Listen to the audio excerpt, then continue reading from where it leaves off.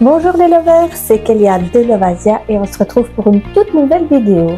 Aujourd'hui, pas de K-drama mais un smartoon, c'est La Chevalière à fleurs de glace ou The Frost Flower Knight. C'est une série qui est sortie donc sur la plateforme Piccoma. Elle est sortie en 2017 pour la version originale et en 2022 pour la version française. On compte actuellement 76 épisodes pour la version originale, mais c'est en cours. Et pour la version française, il y a pour l'instant 68 épisodes.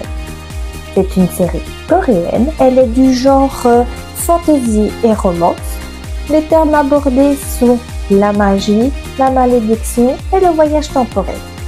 Cette série est dessinée donc par Towawa et le scénariste est Jinjua. La série est conseillée pour les 14 ans et plus. Si vous ne l'avez pas encore fait, je vous invite à vous abonner à ma chaîne et me mettre un petit pouce bleu pour m'encourager dans mon travail.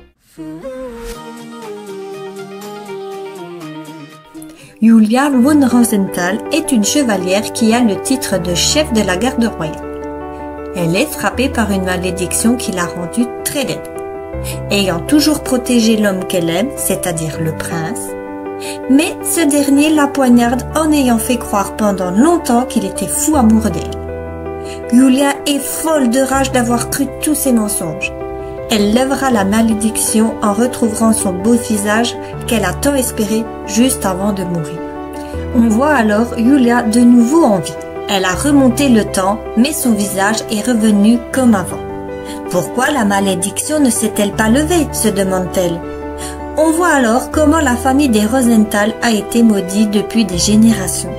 Howard, le fondateur de la famille, aurait tué la sorcière de feu. Cette dernière lui aurait jeté la malédiction sur la descendance en les faisant mourir jeunes. Howard a 2 enfants. L'aîné fut emporté par une grippe violente et sa cadette finit par souffrir également.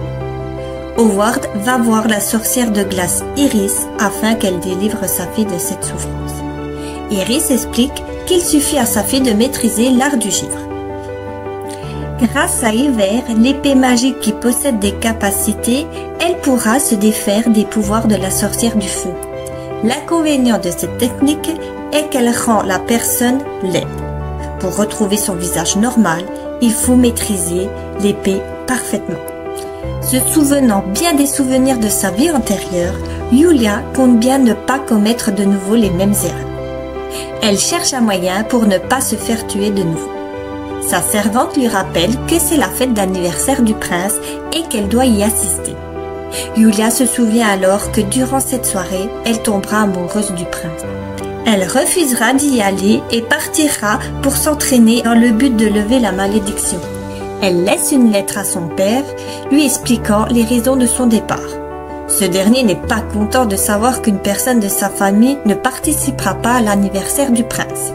Il prétextera que sa fille est blessée auprès de sa majesté, mais qu'elle sera là pour l'adoubement.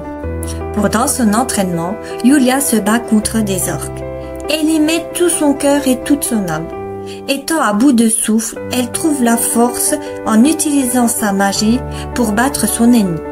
Celui-ci vaincu, il se produit alors un miracle. Julia redevient la belle jeune fille qu'elle était auparavant et retrouve son apparence. Quand elle rentre chez elle, son père ne la reconnaît pas et lui demande de se battre pour prouver que c'est bien elle. Elle réussit le défi haut la main et son père est très fier d'elle. Il sait qu'elle a réussi à lever la malédiction. Le jour de ses 18 ans, Julia demandera à son père comme cadeau d'obtenir l'épée Hiver. C'est l'épée suprême transmise de génération en génération. Elle devra également se faire adouber par le roi. Le roi veut qu'elle devienne la chevalière du prince héritier. Mais Julia refusera l'offre en préférant jurer allégeance à l'empire entier. Le roi lui ordonnera alors de devenir la commandante de l'ordre des chevaliers de l'hiver. Préférant de loin avoir cette nouvelle fonction que de servir le prince héritier, elle acceptera le poste.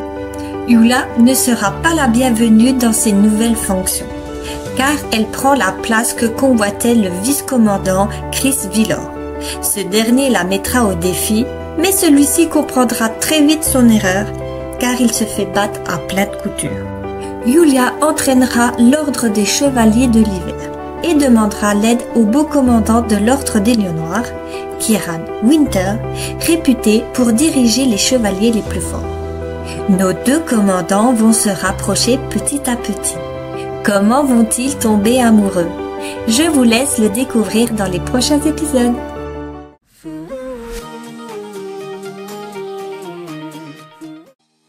L'intrigue se fait relativement doucement.